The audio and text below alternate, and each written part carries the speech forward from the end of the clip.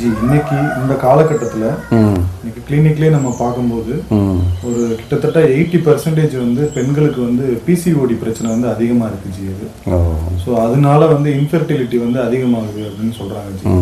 இது எல்லாமே ஹார்மோனல் இம்பேலன்ஸ்னால தான் நடக்குது அப்படின்னு அலோபதிக்கு சொல்லுது ஜி. இதில் வந்து நம்ம யோகால தீர்வு இருக்கா ஜி? அது தீர்வு இருந்தால் அதுக்கு உண்டான தீர்வுகள் சொல்லுங்க. அதாவது இந்த பிசிஓடி நம்ம சொல்கிறோம்ல, அதாவது சின்ன சின்ன கட்டிகள் எதுக்குள்ளே இருக்கும்னா சினைப்பைக்குள்ளே இருக்கும். அதுதான் என்ன பண்ணுதுன்னா உடஞ்சி ஓவங்களை வந்து நமக்கு கரெக்டாக கொடுக்குது. அப்போது அது கரெக்டாக இருக்கணும் அப்படின்னு சொன்னால் இந்த சினைப்பை வந்து காரணம் கிடையாது.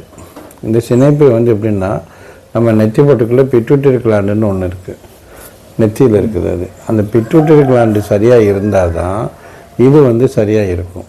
இப்போ நிறைய ட்ரீட்மெண்ட் எப்படி நடக்குது அப்படின்னு சொன்னால் இங்கே ட்ரீட்மெண்ட் இல்லை, ட்ரீட்மெண்ட் கொடுக்கறது டைரெக்டாக சினைப்பைக்குன்னே கொடுக்குறாங்க. இப்போ பிட்யூட்டரி கிளாண்டுடைய தன்மை என்னென்னா அதுக்கு 2 தன்மை இருக்குது.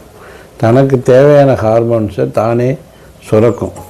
அதே மாதிரி நம்ம பாடியில் எந்தெந்த ஹார்மோன் எவ்வளோ சுரக்கணுங்கிறதெல்லாம் அது பிட்யூட்டரிக்கு தான் தெரியும், எவ்வளோ சுரக்கணும் அப்படிங்கிறது. அப்போது இப்போ ஒரு உதாரணத்துக்கு ஒரு மனிதன் எவ்வளோ டென்ஷன் ஆகணும், வாழ்க்கையில் எவ்வளோ ஆசைப்படணும், எவ்வளோ நேரம் தூங்கணும், இப்படின்னு ஒரு விதிமுறைகள் இருக்குல்ல, இந்த விதிமுறைகளுக்கெல்லாம் உட்பட்டது தான் அந்த பிட்யூட்டரி கிளாண்டு. அதை வந்து ஹைப்போதலமஸ் அப்படின்னு சொல்லிட்டு ஒன்று மெயின்டைன் பண்ணுது. எதை? அந்த பிட்யூட்டரி கிளாண்டை. இந்த ஹைப்போதலமஸ் என்னென்னா நம்ம மனசு மாதிரி, அதாவது இந்த நம்ம ஆசைப்படுறோம்ல, அதை அடையணும், இதை அடையணும், இது எல்லாத்தையுமே அடைய வைக்கிறதுக்கு தன்மையை கொடுக்குறதுன்னு பார்த்திங்கன்னா இந்த ஹைப்போதலமஸுங்கிறது. இந்த ஹைப்போதலமஸும் பிட்யூட்டரியும் ஒருத்தருக்கு ஒருத்தர் இணையாக இருக்கணும்.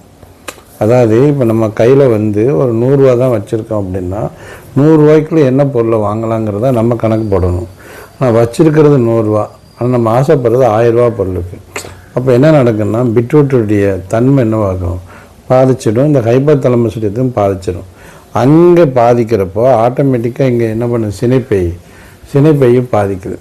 ஸோ நம்ம நார்மலாக ஒரு கட்டியில் ஒன்று சின்ன சின்னது இருக்கணும்னு சொன்னால் இங்கே ஒன்று பெருசாகிடுது, இல்லை ஒன்று சீக்கிரமாக வந்துடுது. ஏன்னா நம்ம அவசரமான வாழ்க்கை, அவசரமான உலகம். அது மட்டும் இல்லாமல் சில ஒழுங்கற்ற தன்மைகள், டயத்தை வந்து நம்ம ஒரு விஷயத்துக்காண்டி தள்ளி போடுறது, ஒரு விஷயத்துக்காண்டி சீக்கிரமாக வர வைக்கிறது, இல்லை அதை கண்ட்ரோல் பண்ணுறது, அதுக்குன்னு சில மாத்திரைகளை யூஸ் பண்ணுறது, இது எல்லாமே வருது. சில விஷயங்களில் பயம், இது எல்லாமே சேர்ந்து என்ன பண்ணுதுன்னா அந்த சினைப்பையை வந்து பாதிக்குது, சினைப்பையை பாதிக்கும். அப்போ வந்து முக்கியமாக வந்து இந்த ஸ்ட்ரெஸ்ஸு, டென்ஷன் இதெல்லாம் என்னவாகணும், ஆக்சுவலாக குறையும். இந்த ஸ்ட்ரெஸ்ஸு டென்ஷனுக்கு ரொம்ப கம்யூனிகேஷன் இருக்குது. இதில் இருக்குன்னா அந்த சினைப்பையில் இருக்குது. ஏன்னா ஒரு முதிர்ச்சி அடைகிறதுக்கு முன்னாடியே முதிர்ச்சி அடைகிற மாதிரி, இப்போ வந்து அந்த காலத்தில் எல்லாம் மங்கை அப்படின்னு சொன்னாங்கன்னா வயசு 16. இப்போ மங்கைன்னு சொன்னால் அவங்களுக்கு அந்த மங்கைக்குரிய தன்மையே கிடையாது. பாவம் 11 வயசு 12 வயசில் என்ன பண்ணுறாங்கன்னா வயசுக்கு வந்துடுறாங்க. இந்த உணவு முறையில் பார்த்திங்கன்னா அந்த KFC அந்த பலவிதமான உணவுகள், அது என்ன, அது வந்து ஒரு கரெக்டான பாடியுடைய பேலன்ஸை கரெக்டாக வைக்கிறது இல்லை. இதுகள்லாம் வந்து இம்பேலன்ஸுங்கிற ஒரு ஸ்டேஜை தான். இப்போ நம்ம நான்வெஜ்ஜுங்கிற உயிர்த்தன்மை தானே, அது நம்ம உடம்புக்குள்ளே போகிறப்போ அது வந்து நல்ல பொருளாக இருந்தால் கூட பரவாயில்ல, அது வந்து பல வாரங்கள் ஊற வச்சு கொடுக்குறாங்க. அது ஆட்டோமேட்டிக்காக அது என்ன பண்ணுது, அந்த மாதிரி வஸ்துக்கள்லாம் உடம்புக்குள்ளே போகிறப்போ உடம்பு என்ன பண்ணுது, அந்த ஹார்மோன் சிஸ்டத்தையே பாதிக்குது. இப்போ உதாரணத்துக்கு நம்ம அட்ரினல் கிளாண்ட் இருக்குன்னா நம்ம ஸ்கில்லை கொடுக்குறது, ரொம்ப திறமையாக கொடுக்குறது. ஆனால் அப்போ அதுவே என்ன பண்ணுது, நிறைய பேருக்கு பாதிக்கப்பட்டிருக்கு, தன்னுடைய தரமாக பாதிக்குது. இப்போ குரோத் ஹார்மோன் ஒன்று சொல்லுவோம், நம்ம பாடியில் எல்லாத்தையுமே வளர்ச்சி அடைய வைக்கிறதுக்கு ஒரு ஹார்மோன் சொல்லுவோம். வரிசையாக இந்த பிட்யூட்டரி பாதித்ததுன்னா வரிசையாக என்ன பண்ணுது, நம்ம உடம்புல அந்த வளர்ச்சிக்குரிய ஹார்மோன் பாதிக்குது, ஸ்ட்ரென்த்துக்குரிய ஹார்மோன் பாதிக்குது, திறமைக்குரிய ஹார்மோன் பாதிக்குது. அது மட்டும் இல்லாமல் உற்பத்தி ரீப்ரொடக்ஷன் பண்ணுறதுக்குரிய சிஸ்டத்தையும் என்ன பண்ணுது, அது பாதிக்குது. ஸோ இது வந்து இங்கே இல்லை பிரச்சனை இங்கே இருக்கணும். அதான் சொல்லுவாங்கள்ல, இங்கே நல்லது செய்ய நல்லது நினைன்னு சொல்லுவாங்கள்ல, அமைதியாகிடு அப்படிங்கிறது என்னென்னா அந்த மாதிரி ஒன்று தன்மை இருந்தால் தான் இங்கே சரி பண்ண முடியும். இதை விட்டுட்டு இதுக்கு என்ன தான் மாத்திரைகள் கொடுத்தாலும் சரியாக வராது. ஸோ இதுக்கு வந்து என்ன ஒரு சொல்யூஷன் அப்படின்னு கேட்டிங்கன்னா யோகாவில் சுழிமுனை தியானம்னு இருக்குது, ஆக்கஞ்சக்கர தியானம்னு இருக்குது. இந்த ஆக்கையை முதல்ல வந்து நல்லா பழகணும். நல்லா பழகிட்டு மூலாதாரத்தை கம்யூனிகேஷன் நல்லா பழகி முடிச்சுட்டு அதுக்கப்புறமா என்ன பண்ணணும் அப்படின்னு சொன்னால் நம்ம இங்கே கர்ப்பப்பை இருக்குது பாருங்களேன், அந்த கர்ப்பப்பைக்கு பக்கத்தில் வந்து இந்த சினைப்பை இருக்கும். நம்ம கான்சன்ட்ரேஷன் இப்படி கையை கூட வச்சுக்கலாம், அந்த இடத்துலையே வச்சுட்டு இங்கேருந்து என்ன பண்ணணும், இதே இடத்த நினச்சி நம்ம வந்து நல்லா நிதானமாக சுவாசம் பண்ணி நிதானமாக நம்ம கவனித்தோம்னா அதோடைய தன்மைகள் மாறும். சும்மா வச்சுட்டு உடனே மாறாது. நம்ம அதை ரெகுலராக ஒரு 21 நாள் ரெகுலர் ப்ராக்டிஸ் பண்ணிவிட்டு நம்ம போய் ஸ்கேன் ரிப்போர்ட் எடுத்தால் கூட நான் கண்டிப்பாக ஒரு வித்தியாசம் இருக்கும். இல்லை இதை விட ஜாஸ்தி ஆகும். இப்போது உங்களுக்கு வந்து அது இருக்கனால குழந்தை பிறக்காதெல்லாம் கிடையாது, பிறக்கும். ஏன்னா சில முதிர்ச்சியானதுகள்லாம் இருக்குது, மெச்சூரிட்டி ஆகாததே இருக்குது. மெச்சூரிட்டி ஆகாதனால உருவாகட்டாலும் மெச்சூரிட்டி ஆனதுனால உருவாகும். நம்ம வந்து அதுக்கு தகுந்த மாதிரி உணவு வகைகளை நல்லா அயன்ஸ் இதுவை நல்லா நிறைய எடுத்து அந்த உடம்பை ஸ்ட்ரெங்தன் பண்ணி அக்யூரேட்டாக நம்ம வந்து அதை ப்ராக்டிக்கலாக கொண்டு வந்துட்டோம்னா கண்டிப்பாக குழந்தையெல்லாம் பிறக்கும், இந்த தன்மைகளும் மாறும். பட் இதுக்கு வந்து மனிதர்கள் ஒரு அமைதியான மென்டாலிட்டி அவங்க உருவாக்கணும், அதுக்கு தான் நல்லது.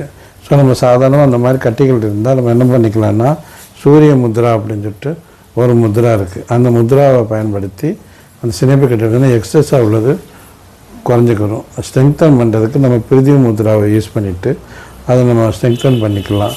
அதோடைய வளர்ச்சிகளை கரெக்டாக இது பண்ணுறதுக்கு பிராண முத்ரான்னு இருக்குது. ஸோ என்ன பிரச்சனை அவங்க ஸ்கேன் ரிப்போர்ட் கொடுக்குறாங்களோ அந்த ரிப்போர்ட்டுக்கு தகுந்த மாதிரி முத்ராக்களை நம்ம யூஸ் பண்ணலாம். ஏன்னா அதுவுமே ஹார்மோனை செக்ரேட் பண்ணுறது தான். முத்ராவும் என்னது, ஹார்மோன்ஸை செக்ரேட் பண்ணுறது. நம்ம வந்து ஒரு ஹார்மோனை வெளியிலேருந்து இன்ஜெக்ஷனாகவோ அல்லது மாத்திரையாகவோ கொடுக்கறதுக்கு பதிலாக அதே ஹார்மோன் என்ன பண்ணலாம், நம்ம பிட்யூட்டரி வேண்டு தானே சுரக்குது, அதே பிட்யூட்டரி நம்ம பயன்படுத்தி பிட்யூட்டரி யூனிவர்ஸோட கம்யூனிகேட் பண்ணோம்னா ஆட்டோமேட்டிக்காக அந்த பிட்யூட்டரி என்ன பண்ணும், சுரக்கும். அதை தான் உங்களுக்கு மகாபாரதத்தில் குந்தி தேவி வந்து தான் வாயு பகவானோட சேர்ந்து தர்மனையும் உபத்திரிக்கும். இப்போ நம்ம ஸ்கின்னே இருக்குது அப்படின்னா சூரிய பகவானோட சேர்ந்து யாரை உருவாக்குறாரு, கர்ணனை உருவாக்குறாருல. கர்ணன் தான் என்னது, ஸ்கின்னு. இதை வந்து அதை தான் மகாபாரதத்தில் வந்து குந்தியோடைய பவரை கொடுத்துருக்காங்க. அந்த குழந்தையுமே ஹைபாத்தலமஸுடைய தன் கணவருடைய உதவி இல்லாமல் தானே என்ன பண்ணுறாங்க, இந்த பிரபஞ்சத்தோட கம்யூனிகேஷன் ஒவ்வொரு குழந்தையுமே பெற்றுக்கிறாங்க மகாபாரத்தில் சொல்கிறாங்க. அது எதுக்குன்னு இந்த ஹார்மோன் எப்படிலாம் உருவாகுது அப்படிங்கிறக்காண்டி. அதாவது சில பேர் வந்து குடும்பத்தில் வந்து கட்டுப்படாமல் இருப்பாங்க, ஆண்கள் சொல்கிறத கேட்காம இருப்பாங்க. அப்படி இருந்தாலுமே அவங்களுக்கு சினைப்பையில் பிரச்சனை வரும். ஏன்னா இப்போ ஹைபாத்தலமஸுங்கிறது ஆண் தன்மை உடையது. அந்த நம்ம பிட்யூட்டரி கிளாண்டே 2 கிளாண்டு இருக்குது, ஆன்டீரியர் இருக்குது, போஸ்டீரியர் இருக்குது. போஸ்டீரியருங்கிறது வந்து பார்த்திங்கன்னா இப்போ ஆன்டீரியருங்கிறது குந்தி தேவின்னு சொன்னால் போஸ்டீரியருங்கிறது மாத்திரைன்னு சொல்லுவோம். இப்போ இங்கே வந்து ஹார்மோன் பார்த்திங்கன்னா 3 to 4 வந்து பிட்யூட்டரியில் முன்பாகம் சுரக்குது, பின்பாகம் 2 நம்ம நகுலன் சகாதேவன் சொல்கிறோம்ல, ஆக்சிடோசின், வாசோப்ரெசின் இதெல்லாம் சுரக்கிறது 2வது பாகம். அப்போது இது நம்ம வந்து கட்டுப்பாட்டுக்குள்ளே வாழ தெரிஞ்சது அப்படின்னு சொன்னால் ஆட்டோமேட்டிக்காக அந்த பிரச்சனை வராது. ஸோ அந்த கட்டுப்பாட்டை மீறப்போ இந்த ஆக்சிடோஷன்லாம் இல்லைன்னா இப்படி தான் வரும், மெச்சூர் அதற்கு வாய்ப்பு இருக்குது, அவங்க குழப்பங்கள் நிறைய வாய்ப்பு இருக்குது. இப்போ வாசோப்ரெசின் இல்லை அப்படின்னா நீரோட்டங்கள் சரியாக இருக்காது. ஸோ ஆட்டோமேட்டிக்காக நீர்த்தன்மை வந்து என்ன பண்ணும், உள்ளக்கூடிய நீர்க்கட்டிகள் ஆட்டோமேட்டிக்காக உருவாகிடும். ஸோ இந்த மாதிரிலாம் இந்த 5 ஹார்மோனுமே இங்கே வந்து என்ன பண்ணுதுன்னா இந்த சினைப்பையை பாதிக்குது. ஸோ இதனால தான் அந்த மாதிரி கட்டிகள்லாம் வருது. ஸோ இதுக்கு மெயினான தீர்வுன்னு பார்த்திங்கன்னா தியானம் தான். பிராணாயாமம் தியானம் பண்ணாலே நிரந்தர தீர்வு இதிலே இருக்குது. நல்வாழ்த்துக்கள். இந்த வீடியோ உங்களுக்கு பிடிச்சிருந்தா லைக் பண்ணுங்கள், ஷேர் பண்ணுங்கள். உங்களுக்கு ஏதாவது சந்தேகம் இருந்தால் கமெண்ட் செக்ஷனில் கமெண்ட் பண்ணுங்கள். இன்னும் இந்த சேனலை சப்ஸ்கிரைப் பண்ணாமல் இருந்தீங்கன்னா சப்ஸ்கிரைப் பண்ணிக்கோங்க.